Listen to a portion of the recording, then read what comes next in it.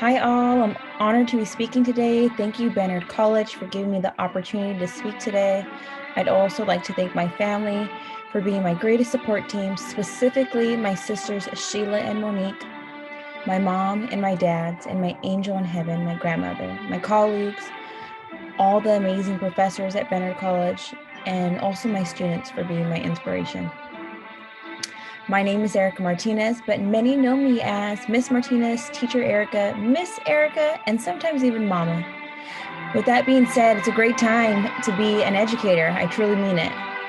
I want to start off by telling you a story and also giving the graduates 3 pieces of advice. Here's to the first one: perseverance. When I first started community college, I changed my major 6 times. I almost didn't get my AA degree because I failed algebra twice, and the counselor told me that if I failed a 3rd time, I wouldn't get my AA degree. So I took an easier course because I was thinking I may be forgetting an easy step, right? Since math is sequential, it's important to know all the steps. I went to tutoring every day after school, and I hired a private tutor. After that, I passed pre-algebra, algebra, statistics, and lastly, calculus, and ultimately got my AA degree. However, I ended up going to a CSU and dropping out. The first semester, it wasn't for me. I wasn't ready. I ended up taking a full-time job as a substitute instructional assistant position for 3 years until I decided to change my life. I applied for UOP, and guess what? I got in.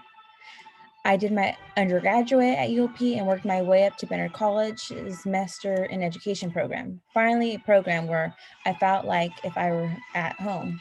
These were my people. This was my calling. I fitted in quite well. I'll never forget, all the professors. Betsy Keepcart and her, snapping fingers. Dr. Duong, she can teach, English to anybody.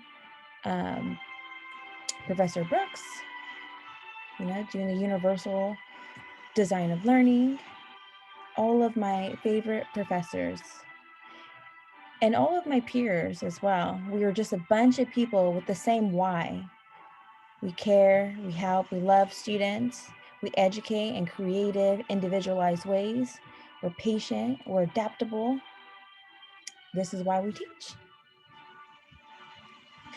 The school year 1920 was my first year teaching. I remember walking to my boss the 3rd month of school, and she was saying that by year 3, I should get the gist of everything. I remember thinking to myself, I should have known all this 3 months ago. Needless to say, I was wrong. I experienced all the emotions of the first year teacher cycle: the anticipation, the survival, the rejuvenation, the reflection. And now ending my 2nd year of teaching, I can totally agree that my boss was absolutely correct. Which segues me into my 2nd lesson: change. As you know, this past year, educators have been teaching virtually, in person, hybrid, and everything in between. Although this has been challenging for all of us, there are quite a few perks, and I know we will miss them, like the mute button, virtual meetings, asynchronous class, amongst other things.